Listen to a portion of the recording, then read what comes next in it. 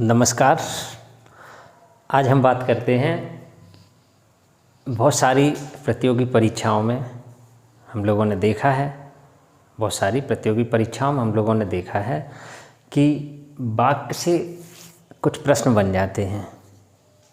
वाक्य के कितने प्रकार हैं, निम्नलिखित में से कौन सा संयुक्त वाक्य है, निम्नलिखित में से कौन सा सरल वाक्य है। 4 वाक्य उसमें दिए होंगे। या रचना के आधार पर वाक्य के कितने प्रकार हैं, या अर्थ के आधार पर वाक्य कितने प्रकार हैं, या वाच्य के अनुसार। तो ये बहुत सारे प्रश्न परीक्षाओं में आ जाते हैं। फिर उसमें चाहे आपका यूपी टेट हो, सी टेट हो, एमपी टेट, या मतलब शिक्षा विभाग से लेके, या फिर आपका जो है ना छोटी मोटी जो पुलिस पीएसी, एमपी यूपी आर जहाँ तक भी, तो बहुत सारी प्रतियोगी परीक्षाओं में वाक्य से संबंधित भी ये देखा जाता है कि सामने वाले परीक्षार्थी को, जो परीक्षा दे रहा है, उसको वाक्य के बारे में कहाँ तक जानकारी है। सबसे पहले तो वाक्य है क्या। हम लोगों को पता है कि सबसे जो छोटी इकाई है वो वर्ड बोली जाती है। सबसे जो छोटी इकाई है उसको हम वर्ण बोलते हैं, है ना। वर्ण का मतलब का खा गा घा या, ठीक है। उसके बाद शब्द, शब्द के बाद वाक्य, वाक्य के बाद आगे जो है ना पूरा जो आपका पैराग्राफ, फिर उपन्यास कहानी एक बड़ा रूप ले लेते हैं। तो वाक्य शब्दों का वह है। वाक्य की अगर हम परिभाषा देखेंगे तो वाक्य की परिभाषा में क्या है कि शब्दों का वह है व्यवस्थित रूप, शब्दों का वह है व्यवस्थित रूप जो कोई सार्थक अर्थ ग्रहण करता हो, या जिससे कोई सार्थक अर्थ की प्रतीत होती हो। शब्दों का वह व्यवस्थित रूप, फिर एक बात ध्यान से सुनना, शब्दों का वह व्यवस्थित रूप है, ना कि अव्यवस्थित। राम ने पुस्तक पढ़ी सेंटेंस है, या राम पुस्तक पढ़ रहा है या पढ़ रहा था। अब पुस्तक या राम को आगे पीछे अगर कर देते हैं हम, राम पढ़ा पुस्तक, मज़ा नहीं आया शब्द में, व्यवस्थित नहीं। राम ने पुस्तक पढ़ी सीधा सेंटेंस है। तो शब्दों का व्यवस्थित रूप, शब्दों का व्यवस्थित रूप जिससे कोई सार्थक अर्थ की प्रतीत हो, वाक्य की श्रेणी में आता है। अब हम बात करते हैं कि वाक्य के प्रकार। परीक्षा में आता है वाक्य कितने प्रकार के होते हैं। ऑप्शन में होगा 4, 6, 5, 3, जो भी 4 ऑप्शन आ रहे हैं। तो अगर सीधा आता कि वाक्य कितने प्रकार के होते हैं, तो हमको उसमें 3 में टिक लगाना है। 3 का मतलब ऑप्शन में 3 होगा, 4, 5, 6 जो भी 4 ऑप्शन दिए होंगे, या 3 हो। 3 का मतलब वाक्य रचना के आधार पे, वाक्य रचना के आधार पे, वाक्य अर्थ के आधार पे, और वाक्य वाच्य के आधार पे, ठीक है ना। रचना के आधार पे, अर्थ के आधार पे, और वाच्य के आधार पे। तो इस प्रकार से वाक्य 3 प्रकार के हैं। पहली बात हो गई, है ना, एक परिभाषा हो गई। इसके अलावा अगर प्रश्न आता है कि रचना के आधार पे वाक्य कितने प्रकार के होते हैं, फिर उसमें ऑप्शन है 4, 5, 6, 3, जो भी ऑप्शन है 4, तो उसमें जो 3 विकल्प होगा रचना के आधार पे अगर है तो कौन सा, सरल वाक्य, मिश्रित वाक्य और संयुक्त वाक्य, पता है। अगर उसमें आया रचना के आधार पर कितने, तो 3 है। इसके बाद अगला आता है अर्थ के आधार पे। अर्थ के आधार पे वाक्य कितने हैं, या वाक्य कितने प्रकार के होते हैं। अर्थ के आधार पे तो हमको 8 लगाना है, जिसमें विधिवाचक, प्रश्नवाचक, संदेहवाचक, आज्ञावाचक, जो भी 8 प्रकार हैं, इच्छा संकेत, बहुत सारे निषेधवाचक। तो ये 8 प्रकार के हैं। हमें कुछ नहीं करना, हमें उसमें 3 चीज़ें ध्यान रखनी है कि रचना के आधार पे 3 प्रकार के, अर्थ के आधार पे 8 प्रकार के, और वाच्य के आधार पे 3 प्रकार के। यानी कि कर्मवाच्य, कृतवाच्य, कर्त मतलब कर्ता के अनुसार, कर्तवाच्य यानी कर्ता के अनुसार, कर्मवाच्य यानी जिसमें कर्म किया जा रहा हो, और भाववाच्य जिसमें सेंटेंस में या जिस सेंटेंस या शब्द में ना कर्ता का प्रधानता हो ना कर्म की, सिर्फ भाव, मुझसे चला नहीं जाता। चल तो हम रहे हैं, है ना, लेकिन हो क्या रहा, भाव ऐसा रहा चला नहीं जा रहा, थकान है या पैर में तकलीफ है, मुझसे चला नहीं जा रहा। तो ये तो वाक्य के प्रकार हो गए। अब हम इसमें कुछ एक एक करके थोड़ा सा इनके बारे में बात करते हैं। रचना के आधार पर 3 प्रकार के हैं। सरल वाक्य, सरल वाक्य का मतलब सीधा सा है, राम जाता है, राम जाता है या राम खाता है। सीधी सी बात, राम खाता है। क्या खाता पता नहीं, लेकिन राम खाता है, सरल वाक्य। ठीक है। इसके अलावा फिर आता है मिश्रित वाक्य। कोई नहीं, सरल वाक्य का मतलब सीधा सा, जहाँ पे शब्द की किसी भी वाक्य का एक उद्देश्य हो, राम खाता है सिर्फ, और एक सेंटेंस में सरल वाक्य खत्म हो गया। अब मिश्रित वाक्य क्या है कि जहाँ पर एक वाक्य के साथ उसको किसी योजक चिन्ह के द्वारा, एक वाक्य के साथ जहाँ किसी का, जैसे हम बोलते हैं ना, वहाँ, वह, वहाँ, जहाँ तहाँ, जैसे वैसे, ऐसे शब्द से जब कोई वाक्य जुड़ जाता है, जहाँ एक वाक्य और दूसरा उपवाक्य जुड़ा हो, एक वाक्य और दूसरा उपवाक्य जुड़ा हो, तो उसको हम मिश्र वाक्य की श्रेणी में रखते हैं। जैसे राम खाता है, इसी वाक्य को जोड़ लेते हैं, राम खाता है वैसे ही या जैसे ही वह, यहाँ पे अगर हम देखते हैं राम खाता है ना, राम ने खाना खाया या खाता है से ही है उसका मतलब, राम ने खाना खाया वैसे ही बारिश होने लगी। राम ने खाना खाया, राम ने खाना खाया वैसे ही, यहाँ ये शब्द है वैसे, यहाँ कुछ शब्द हैं, राम ने खाना खाया वैसे ही बारिश होने लगी, तो वैसे है ना, जैसे है ना, या जब,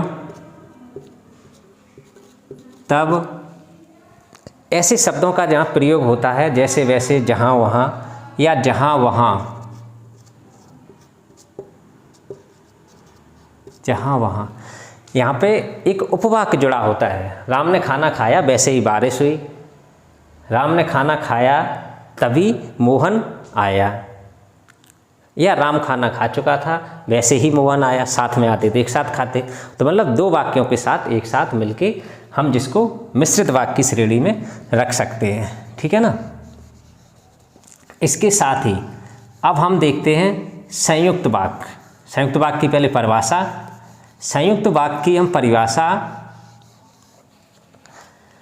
जहाँ 2 वाक्य आपस में जुड़े हों और दोनों ही प्रमुख वाक्य हों, दोनों का अर्थ महत्वपूर्ण हो, लेकिन यहाँ पर शब्द क्या होते हैं जुड़ने वाले, जहाँ किसी योजक चिन्ह के द्वारा, योजक शब्द के द्वारा। जैसे योजक शब्द कौन से हैं? योजक शब्द का मतलब होता है जहाँ तहाँ,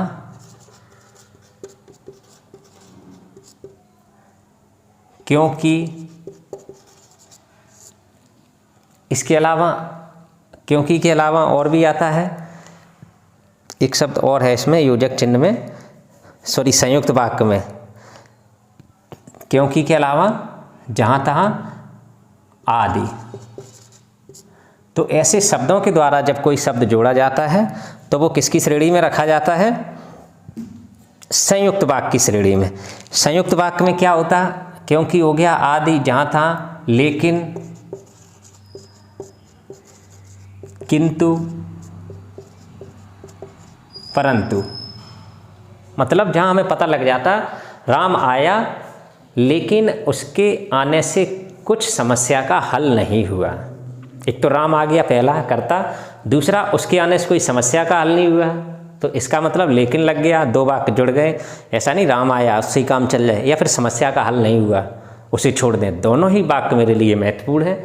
तो ऐसी श्रेणी में हम संयुक्त वाक्य बोलते हैं। सरल वाक्य सीधा है, मिश्रित वाक्य में जहाँ या वैसे ही, और इसमें लेकिन, किंतु, परंतु, क्योंकि आदि जो शब्द आते हैं जो एक वाक्य को जोड़ते हैं वो आपके मिश्रित वाक्य की श्रेणी में आते हैं। लेकिन उसमें दोनों ही वाक्य महत्वपूर्ण होते हैं या प्रधान होते हैं, ठीक है। और उसमें उपवाक्य जो है ना, किसमें, मिश्रित वाक्य में जो उपवाक्य है वो उपवाक्य बोला जाता है, प्रधान नहीं है। पहला प्रधान मुख्य वाक्य, उसके बाद उपवाक्य एक छोटा सा, ठीक है ना। सरल वाक्य, मिश्रित वाक्य, संयुक्त वाक्य। इसके बाद अर्थ के आधार पे, अर्थ के आधार पे वाक्य 8 प्रकार के हैं, जिसमें विधिवाचक या विधिवाक्य। विधिवाक्य का मतलब कोई काम संपन्न हुआ, राम ने खाना खाया, राम ने खाना खाया, संपन्न हो गया, विधिवाचक है। या राम या मोहन ने किताब पढ़ी या पुस्तक पढ़ी, ठीक है ना। आज्ञावाचक, छात्र पुस्तक पढ़ेंगे, छात्र पुस्तक पढ़ेंगे, ठीक है। कौन दे रहा, स्टूडेंट पुस्तक पढ़ेंगे। आज्ञा कौन दे रहा, शिक्षक। छात्र पुस्तक पढ़ेंगे या छात्र गृह कार्य करेंगे, छात्र गृह कार्य करेंगे, ठीक है ना। छात्र गृह कार्य करेंगे। विस्मय बोधक, जहाँ पे आश्चर्य हो, विस्मय बोधक जहाँ आश्चर्य हो। अरे उसका पहले तो चिन्ह अपन देखें, आश्चर्य विस्मय बोधक का जो चिन्ह है, एक बिंदी करके नीचे लाइन होती है, विस्मय बोधक। इसमें क्या रहता कि कोई आश्चर्य हुआ, अरे वह पास हो गया या उत्तीर्ण हो गया, या वह परीक्षा में पास हो, अरे वह परीक्षा में पास हो गया, ये विस्मय बोधक के अंतर्गत। संदेहवाचक, ठीक है ना, अरे या फिर वाह, वाह, वाह, है ना, ऐसे करके, और इसमें एक बिंदी, वाह, ये इसके अंतर्गत आते हैं। इसके अलावा अगला देखते हैं संदेहवाचक। संदेहवाचक की श्रेणी का मतलब है जहाँ पे कहीं संदेह हो, पता नहीं वह आया, पता नहीं राम आया या नहीं, या ऐसे करके लिखें, पता नहीं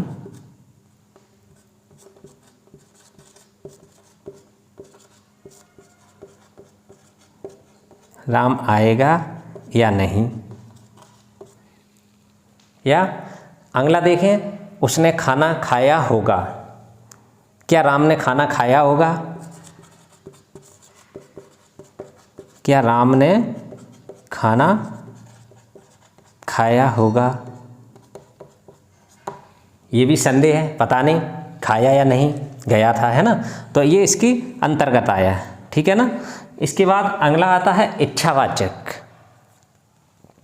जब हम इच्छावाचक की बात करते हैं तो इच्छावाचक कि मेरी ऐसी इच्छा है, मेरी ऐसी इच्छा है, तो वो इच्छावाचक की श्रेणी में आएगा।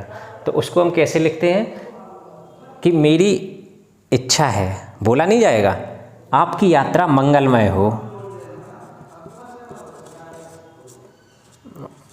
आपकी यात्रा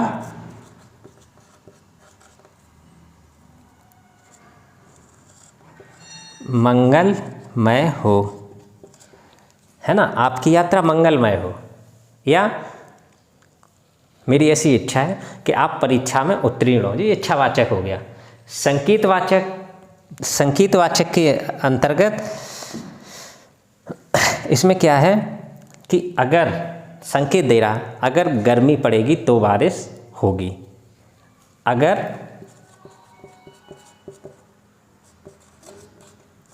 गर्मी होगी तो ही बारिश, तो ही बारिश होगी, है ना। यहाँ पे क्या है, गर्मी संकेत दे रहा, अगर गर्मी होगी, अगर आप पढ़ोगे, अगर राम पढ़ेगा तभी परीक्षा में उत्तीर्ण होगा, ठीक है ना, ये हो गया। निषेधवाचक, निषेधवाचक का मतलब जिसमें नहीं का प्रयोग हो, जिसमें निषेध हो, उसमें क्या बोला जाएगा, राम नहीं पढ़ता है, या राम, सॉरी एक मिनट, मैं यह कार्य नहीं करूँगा आदि।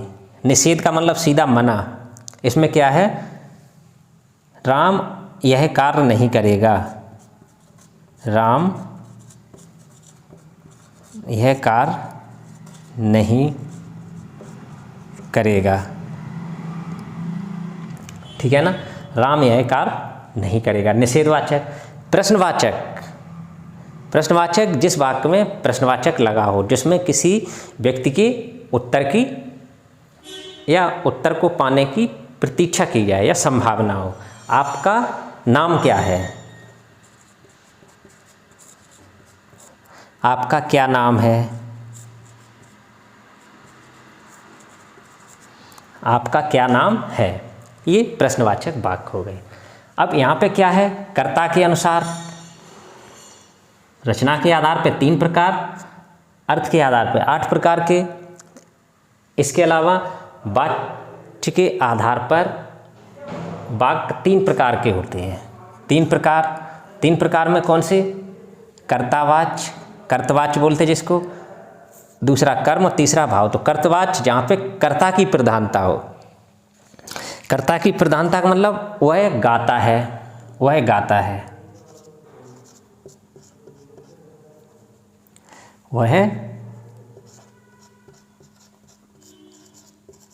वह गाता है, कर्म कर रहा। कौन कर रहा, गाता तो है लेकिन कौन करता, जो गा रहा है वह करता, कोई तो गा रहा ना, वो है, ठीक है ना। कर्ता के अंतर्गत कर्मवाच्य में क्या है,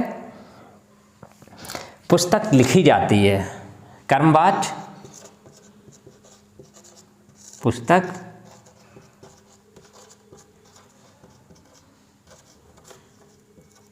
पुस्तक लिखी जाती है,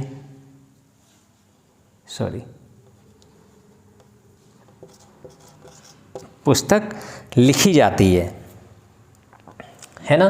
कर्म यहाँ पे कर्ता से कुछ नहीं, पुस्तक लिखी जा रही, कर्म किया जा रहा। यहाँ पे आ रहा भाववाच्य। भाववाच्य का मतलब जहाँ पे भाव से जुड़ा हो, कर्ता से भी मतलब नहीं है या कर्म से भी नहीं है। भाववाच्य क्या है, मुझसे चला नहीं जाता,